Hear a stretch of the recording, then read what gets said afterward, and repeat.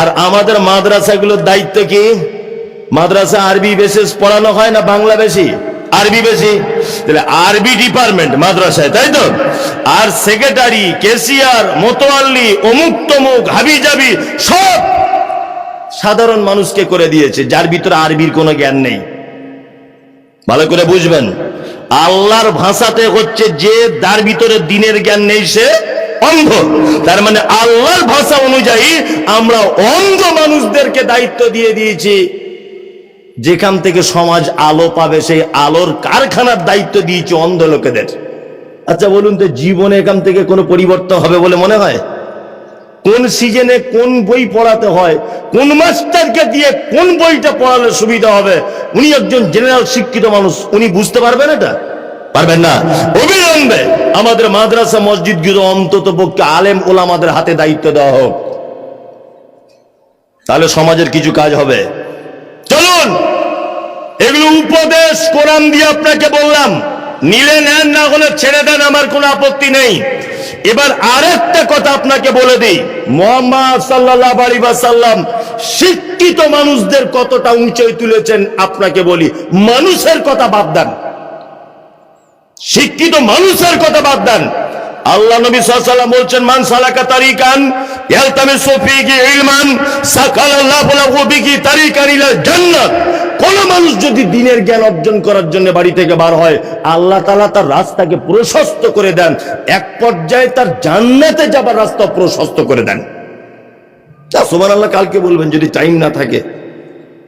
Time আছে? আছে তো একবার অন্তত স্বতঃস্ফূর্তভাবে বলুন।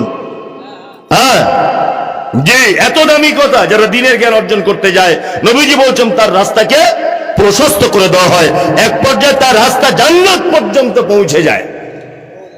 এবার আর একটা কথা আপনাকে বলি, এই কথাটা খুব মনোযোগ দিয়ে মনে রাখবেন। সেটা হচ্ছে এই বর্তমান বাজারে আমরা শিক্ষিত মানুষদের মর্যাদা দিইনি, দিয়েছি? দিইনি। আজও পর্যন্ত 2023 সাল পর্যন্ত মর্যাদা দিতে পারেনি। তার একটা দৃষ্টান্ত পেশ করছি, কোন রাজনৈতিক লেভেলের মানুষ থাকলে আপনি আমার উপরে খেপে যাবেন না, আপনি ব্যাপারটা বোঝার চেষ্টা করুন। এক, আমি মমতাজুল ইসলাম, আমি রিক্সা চালাই, লেখাপড়া জানি না এক কলম। ধলসা গ্রামে আগামী 4 দিনের মাথাতে ভোট, পঞ্চায়েত ভোট। আমি দাঁড়িয়েছি নির্দলের প্রার্থী হয়ে। আমি কিন্তু না, আমি একজন রিক্সা চালক। আমি দাঁড়িয়েছি রানিং পার্টি থেকে, যে পার্টি এখন চলে আর কি পশ্চিম বাংলাতে। আর এই যে লোকটা আছে, উনি একজন বিশাল বড় শিক্ষিত মানুষ, উনি দাঁড়িয়েছেন নির্দল থেকে। আমি একেবারে গন্ডমূর্খ, কিছু বুঝি না। আর ইনি বিশাল শিক্ষিত, লন্ডন থেকে পড়াশোনা করে এসেছেন। উনি গ্রামে দাঁড়িয়েছেন নির্দল থেকে, আর আমি রানিং পার্টি থেকে। আগামীকাল রেজাল্ট আউট হবে ভোটের। বলুন তো জেতার সম্ভাবনা কার? আমার, তাই না? হ্যাঁ, কিন্তু লোকটা খুব শিক্ষিত, শিক্ষিত না? শিক্ষিত। এইবারে আমাকে পাঠিয়ে দেওয়া হলো কোথায়? না, আমাকে পাঠিয়ে দেওয়া হলো ওই কলকাতাতে, ওই নবান্নতে পাঠিয়ে দেওয়া হলো। গিয়ে সরকার বিল পাস করছে, যুক্তি দিয়ে বোঝাচ্ছে, আমি রাজনৈতিক বিরুদ্ধের লোক নয়। সরকার বিল পাস করছে, ধলসার মসজিদটা ভেঙে দিতে হবে। ধলসার মসজিদটা, এই যে, হ্যাঁ ওটা ভেঙে দিতে হবে, ভেঙে দাও। এবারে সরকার এটা বিল পাস করে দিয়েছে, ভেঙে দিতে হবে। সবাই সই করে, এমএলএ এমপি যারা আছে সব সই করো। আমি মমতাজুল ইসলাম, আমি কিন্তু পাক্কা মুসলমান, আমিও পড়তে জানি না তো ইংরেজি, ফাটাম করে সই করে দিলাম। যেই আমি সই করে দিয়ে এসেছি ধলসা গ্রামে, তখন রাস্তা অবরোধ চলছে। বলছে তোমাকে এমএলএ করে এই হলো, তুই মসজিদ বানার পক্ষে তুমি সিগনেচার করে দিয়ে এসেছো, বিয়াদব। আসলে দোষ তো ওর নয়, দোষ তো আপনার। আপনি ওকে পাঠালেন কেন ওইখানে? আপনি ওকে ওইখানে পাঠালেন কেন? ওই জায়গা পর্যন্ত দিলেন কেন? আপনার হুঁশ নাই? জনাম লিখতে পারে না, ওর কোনো যোগ্যতা নেই। সমাজ যতক্ষণ পর্যন্ত শিক্ষিত মানুষদের কদর করতে না জানবে, এই সমাজ কখনোই সফলতা পেতে পারে না। কি বললাম বুঝলেন? শিক্ষিত মানুষদেরকে আপনি আগে প্রাধান্য দেন, সব কাজের আগে। এবার আমি আর একটা বাস্তব কথা বলে দিই। আচ্ছা, বর্তমানে মাদ্রাসায় ছেলে দিচ্ছে বেশি না স্কুল মিশনে বেশি? মিশনে বেশি। কারণ কি বলুন তো? প্রতিটা মানুষ এখন হিসাব করতে শিখেছে। শিখেছে না? প্রতিটা মানুষ হিসাব করতে শিখেছে। কি হিসাব? আমার ছেলে যদি আলামিন মিশনে পড়ে, যদি ডাক্তারি চান্স পেয়ে যায়, ও যদি 5টা রুগী দেখে, তাহলে অন্তত 5,000 সারাদিনে, তাহলে মাসে কত হচ্ছে? 1.5 লাখ। ওর বাপ হিসাব করছে যদি আমার 10-15 লাখ টাকা খরচা হয় তবুও ভালো, ছেলের ভবিষ্যৎটা তো অন্তত ভালো হবে। ভালো হবে না? হবে। তারপরের দিন আবার স্বামী স্ত্রী যুক্তি করছে, আচ্ছা যদি ভগলদিঘি মাদ্রাসায় দেওয়া যায়। ওর বাপ তখন বলছে, তোমার কি কাজ আছে? 15 বছর পড়ার পরে 1300 টাকা বেতন চলবে? তো চলবে? 15 বছর মাদ্রাসায় পড়ার পরে 4000 বেতন। আপনাদের এলাকায় তো বেশি, 15-20 হাজার। আমাদের ওদিকে 4-5 হাজার। আপনাদের দিকে কত? একই। আবার এই 4000-এর বেতন চাকরি যেদিন জয়েন করবে ইমাম সাহেব, সেদিন বলছে, মোড়ল আপনার কাজগুলো একটু বুঝে নেন। তো যে কি কাজ বলুন?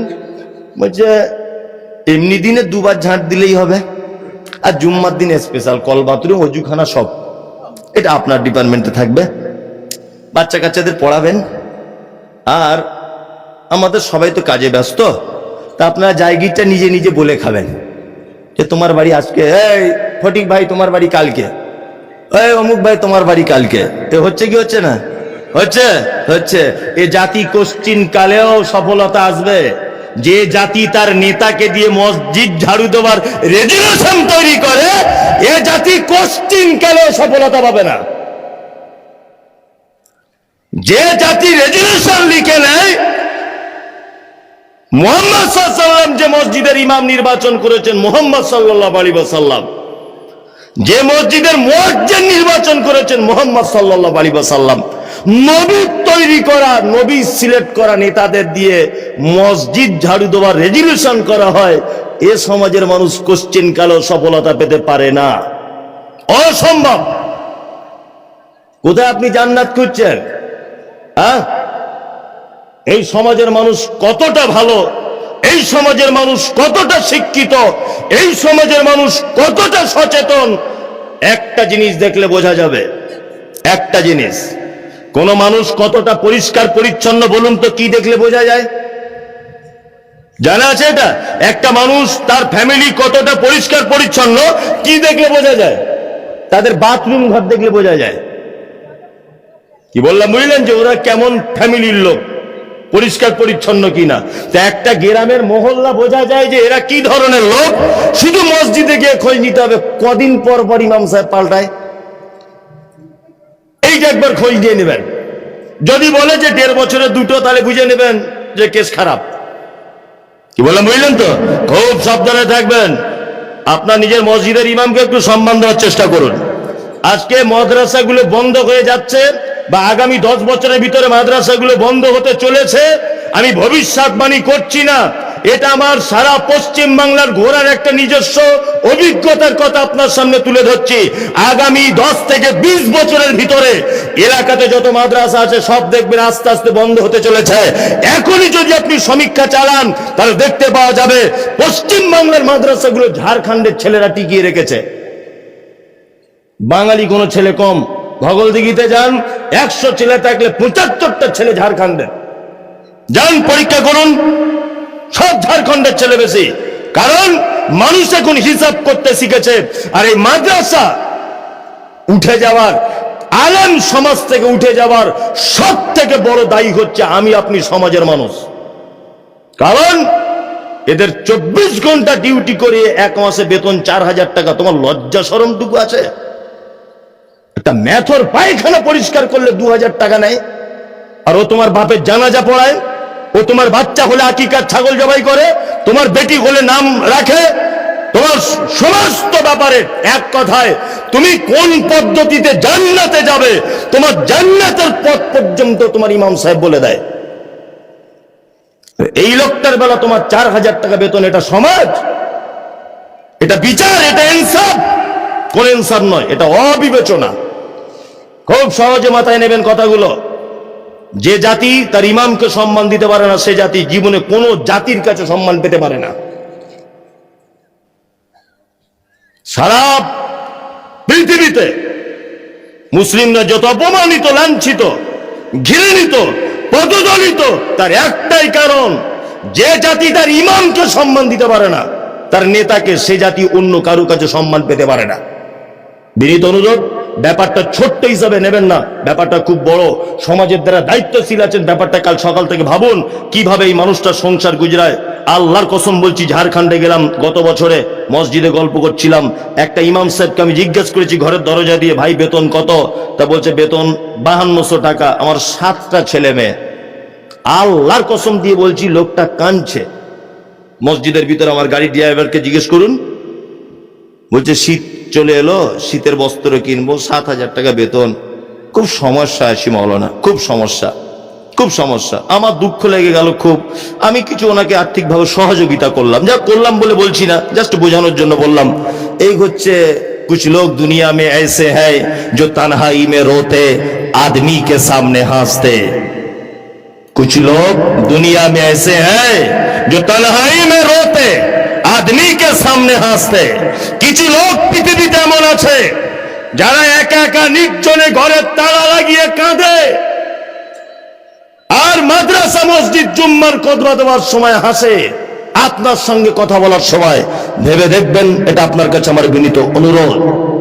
চলুন আল্লাহ সুবহানাহু ওয়া তাআলা, আল্লাহ নবী সাল্লাল্লাহু আলাইহি ওয়াসাল্লাম শিক্ষিতদের মর্যাদা দিতে দিতে এমন একটা জায়গায় কথা বলেছেন যা আপনার আঁতে পর্যন্ত ঘা দিয়ে দিয়েছে। কথাটা বলছি, শুনে নেন। বলুন তো দেখি, ইসলামে কুকুর পোষা জায়েজ না না জায়েজ? কথা বলুন, যেটা জানেন সেটাই বলুন, কোনো ভয় নেই। না জায়েজ, তাই না? আমি বলছি, রিয়াজুল মাওলানা আছে, জিজ্ঞেস করে নেবেন, কুকুর পোষা জায়েজ, পদ্ধতি আছে। নরমাল কুকুর বাড়িতে পোষা যাবে না, কিন্তু ট্রেনিং প্রাপ্ত কুকুর যদি হয়, যাকে শিক্ষা দেওয়া হয়েছে, এই এটা মালিকের মুরগি, এটা অন্য লোকের মুরগি, যে বুঝতে পারে, যে এটা বুঝতে পারে যে কুকুর, ওরে বাবারে এটা আমার মালিকের বেটা বাড়িতে আসছে, ডাকবো না, অন্য কেউ আসলে ভৌ ভৌ ভৌ চিল্লায়। এইরকম ট্রেনিং প্রাপ্ত শিক্ষিত কুকুর, আল্লাহ নবী সাল্লাল্লাহু আলাইহি ওয়াসাল্লাম বলেছেন, তোমার গরুর গোয়াল ঘর, তোমার ধানের খামার, তোমার বিজনেস, তোমার অন্য জায়গায় একটা বাড়ি, সেইটা চৌকি দেওয়ার জন্য, সেইটাকে সামলানোর জন্য তুমি বাড়িতে কুকুর রাখতে পারো। তার মানে মুহাম্মদ সাল্লাল্লাহু আলাইহি ওয়াসাল্লাম শিক্ষিত মানুষদের নয়, শিক্ষিত কুকুরকে পর্যন্ত প্রাধান্য দিয়েছেন। কথাটা কত বড়, কত কুইন্টাল ওজন, আপনি বুঝতে পারছেন? মানুষ শিক্ষিত সেটা তো আলাদা ব্যাপার। মুহাম্মদ সাল্লাল্লাহু আলাইহি ওয়াসাল্লাম বলছেন, শিক্ষিত যদি কুকুর হয়, ট্রেনিং প্রাপ্ত কুকুর যদি হয়, তুমি তার বাড়িতে রাখতে পারো, তোমার প্রয়োজনে, বিনা প্রয়োজনে নয়। কি বললাম বুঝলেন? চলুন এবার আপনাকে আমি কয়েকটা শিক্ষা দেবো, আপনার বেটাকে বাড়িতে গিয়ে বলে দিতে হবে এই শিক্ষাগুলো। কে কে আছেন বলে দিবেন? আপনাকে বলছি না, আপনার বেটাকে বলতে হবে, আর বেটিকে। এই হাত তুলুন, কে কে বলে দিবেন বাড়ি গিয়ে। দেখছেন তো কেউ তুলছে না, কেউ তুলছে না।